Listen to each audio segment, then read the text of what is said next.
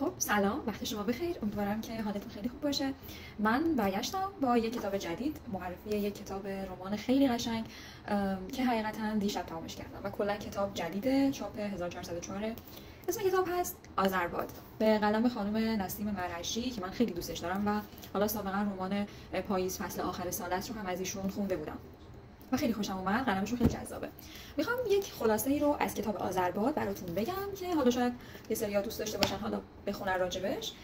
کتاب یه رمانه، یعنی در واقع داستانیه که از یک چند تا خانواده که توی کمپ در واقع گیر کردن توی کمپ حالا فرانسه تو پاریس و این افراد حالا موقعیت‌هایی براشون پیش میاد و مثلا یه در واقع نقش اول این کتاب خانم، یعنی یه دختریه به اسم آذرباد یه دختریه که حالا فرانسوی بلده و به عنوان مترجمه توی این کمپ، به عنوان مترجمه و کلا کتاب هم راجع به آذرباده.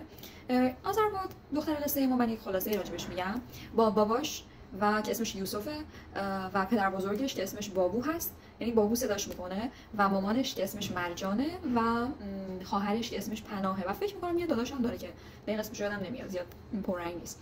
آذرباد قصه ما خیلی دختریه که خیلی اشتیاق داره محیط بیرون رو کشف کنه. در واقع خودش فکر کنم توی کتاب 19 ساله بود، ولی وقتی اومده بود پاریس سعی می‌کرد که خودش خیلی کوچیک نشون بده، مثلا زیر 18 سال نشون بده، ولی به مرور طی داستان این حتی بالای 20 سال هم سنش میشه، یعنی حدود 22 سال سنش میشه و کتاب روی خود جلد کتاب نوشته که آمدن دنبالم و گفتن نامه آمده، بیا بخوان. خب این از زبان خود آذرباده که این دختر تا میرسیده مثلا صداش می‌کردن و میگفتن که بیا دم کافه مثلا نامه بخون. بعد نامه‌های ردی بودن، یعنی مثلا خانواده‌ها رد می‌شدن، مثلا همچنان توی کمپ میموندن، یا خانواده‌ها مثلا قبولی می‌گرفتن، نامه قبولی می‌گرفتن. بعد آذرباد تعریف می‌کنه که من در هر صورت وقتی بهم میگفتن که نامه اومده و بیا بخون یا ترجمه کن، در هر صورت من استرس می‌گرفتم، خیلی استرس می‌گرفتم، چون بالاخره اونجا حالا وابستگی ایجاد می‌شد بین، حالا همبستگی ایجاد می‌شد بین حالا افرادی که اونجا زیست می‌کردن حداقل مقطعی از زندگیشون رو، و آذرباد اینو نمی‌خواست که از این افراد جدا بشه. بعد این آذرباد یه شرایطی توی زندگیش پیش میاد، یعنی یک شب که اینا خواب بودن، این صحنه خیلی جالبیه که مثلا تعریفش کنم. یه شب خانواده‌ها خواب بودن، بعد خانواده آذرباد هم خواب عمیقی رفته بود. بعد آذرباد میره میدوه، توی یک کتاب جوری تعریف میکنه که مثل یک موجود تیزپا سریع میدوه میره سمت چیزی که میخواد، و این فکر میکنم یک نماد از این که خانمایی که خیلی اشتیاق دارن اونقدر سریع در واقع میدونن که هیچی جلودارشون نیست. و آذرباد هم که فکر می‌کنم اسمش هم خیلی شبیهشه، آذرباد خیلی شبیهشه، این یه شب میره کجا، سوار قطار میشه و میره به سمت شهر، میره به سمت پاریس رو جوری تعریف میکنه که انگار یک در واقع اونقدر تاریکه که یک جادوگری داره، اسمش رو میذاره جادوی شهر رد میشه و هر جایی که رد میشه یک آواره‌ای رو توی خیابون میذاره، خب، و شهر پر آواره میشه.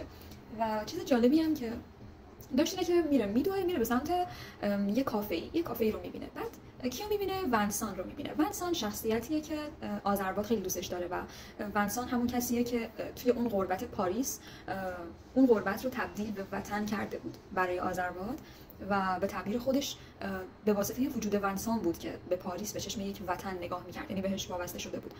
و ونسان رو میبینه، ونسان یک پسریه که چشماش خیلی سبزه، به طرز عجیبی سبزه و اینجوری تعبیر میکنه آذرباد که وقتی به من نگاه میکنه حس میکنم در چمنزار گم شدم و همچین چیزی.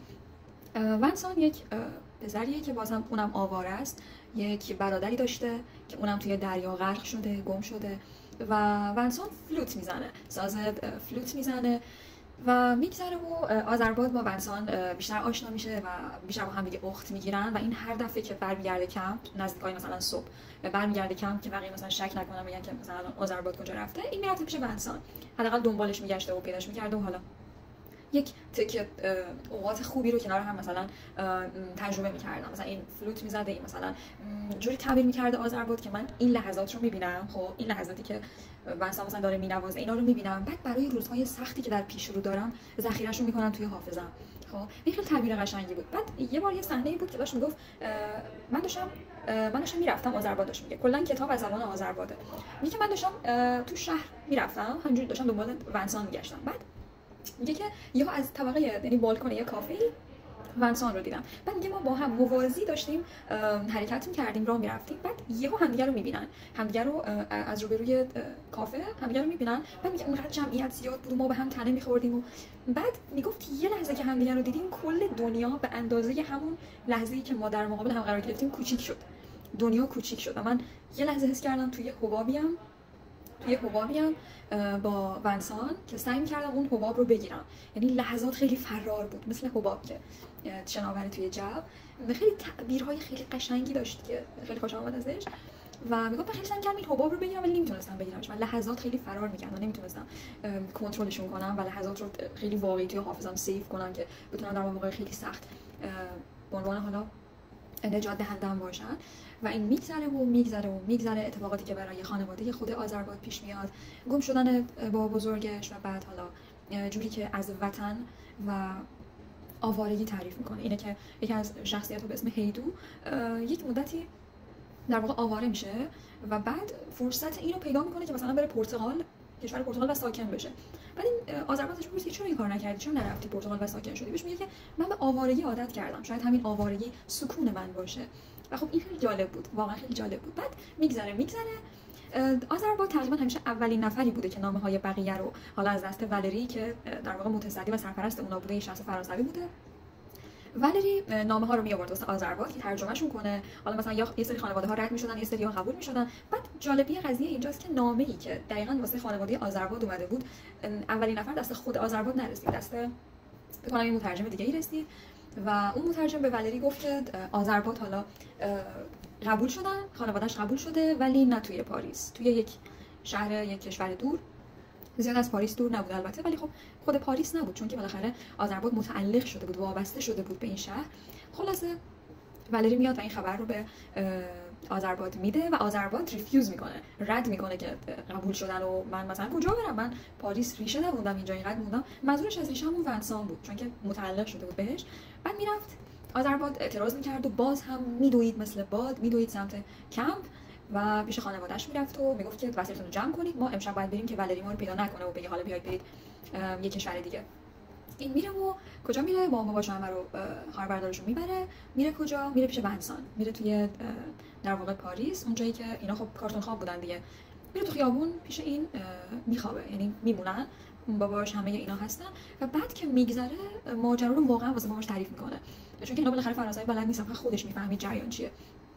این میاد و ماجرا رو واسه باباش تعریف میکنه و میگه که ما قبول شدیم ولی نه پاریس، یه کشور دیگه که من نمیخوام برم اونجا. ولی باباش میگه اشکال نداره، زیاد دور نیست، میتونی هر موقع خواستی بیای و بری پاریس. و میگذره و اینا. بعد صحنه آخرش این، بعد اینا بالاخره تصمیم میگیرن که برن، وسایلشون رو از کمپ جمع کنن و برن. یه صحنه آخرش این بود که آذربایجان میرفت سمت ونسان برای آخرین بار میرفت سمتش و یه تیکه کلامی در توصیف چشم‌های ونسان و ساز زدنش داره که من میخونم براتون. اونو میگه و اینکه وقتی ساز میزنه، میگه ساز آخرشه دیگه، آخرین سازیه که واسه آذربایجان داشت مینواخت. بعد میگه اینو که مینواخت، بعد حالا یک صحنه خیلی احساسی دارشون واسهشون پیش میومد. من دوست دارم اون پاراگرافی رو که خیلی دوستش داشتم بخونم براتون. میگه که گفتم یکم بهم وقت میدین بیشتر اینجا بمونم. آذربایجان به خانواده‌اش میگه شما برین، من خودم میام. آواره‌ها داشتن بیدار میشدند و پاریس داشت خودش رو بین آدم‌هایی که کم کم زیاد میشدن پنهان میکرد. پتوها و لباسا رو جمع کردیم و تا دم مترو همراهشون رفتم. پناه و سمیر هر دو گریه میکردن. دو بچه کوچیکی، پناه خواهرشه و سمیر حالا یه پسر دیگه است.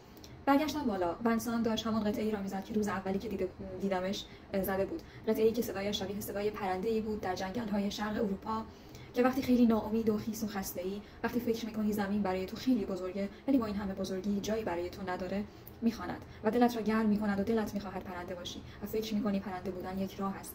ماندم تا قطعه‌اش تمام شد و بعد جلو رفتم و دست‌هایم را دور تنش حلقه کردم و دنیا ایستاد. مثل همه آن هزاران باری که در خیالم بوسیده بودمش و دنیا ایستاده بود و تنها چیزی که تکان می‌خورد قلب‌های ما بود، که انگار یک قلب بود که می‌تپید. همه چیز مثل همان هزاران باری بود که در خیالم بوسیده بودمش، چون من خیال کردن را خیلی خوب بلد بودم و او را ذخیره کردم برای تمام روزهای خیلی سخت پیش رو. این بود کتاب خیلی زیبایی که تمامش کردم، خیلی خوشم اومد. و البته من دوست دارم متن پشت کتاب رو هم بخونم، شاید یه سری حالا خیلی بیشتر کنجکاو میشن. میگه باد بود و سرد بود و پاریس خاکستری بود. کمپ مهاجران غیرقانونی در حومه پاریس که یادآور کوچه‌های تاریک و نمور و خانه‌های ویرانه بی‌نوایان است و خانواده‌هایی که هر کدام از کشوری به اینجا پناه آوردند.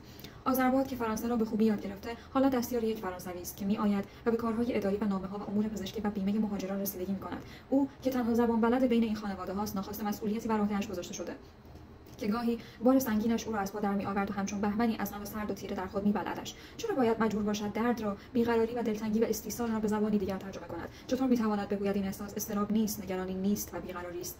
نسیم مرشی نویسنده گزیده‌کاری است که قدرت عجیبی در تبدیل احساسات به کلمه پیدا کرده. واقعا همینطوره. او در آذربایجان زندگی را پیش روی مخاطب می‌گذارد که با همه رنج و مهنتش هنوز زیستنی است. اگر خوب نگاه کنی، هنوز رگه‌هایی از عشق و امید در آن وجود دارد. دقیقاً. مرشی با قلم سحرانگیز و قدرتش در تصویرسازی قصه‌ای پر افت و خیز و پر از اتفاق می‌سازد که در آن مرزها را از میان برمی‌دارد تا مشخص کند که تاب‌آوری و انسانیت است که عیار آدم‌ها را تعیین می‌کند. عالی، عالی. و همین، مرسی که گوش دادین. امیدوارم که مفید بوده باشه و از خوندن این کتاب بی‌نهایت لذت ببرین، همونجوری که من خیلی لذت بردم. و همین شیفت داره تموم میشه و من باید برم. شما رو به خدای بزرگ می‌سپارم. فعلا خدا نگهدار.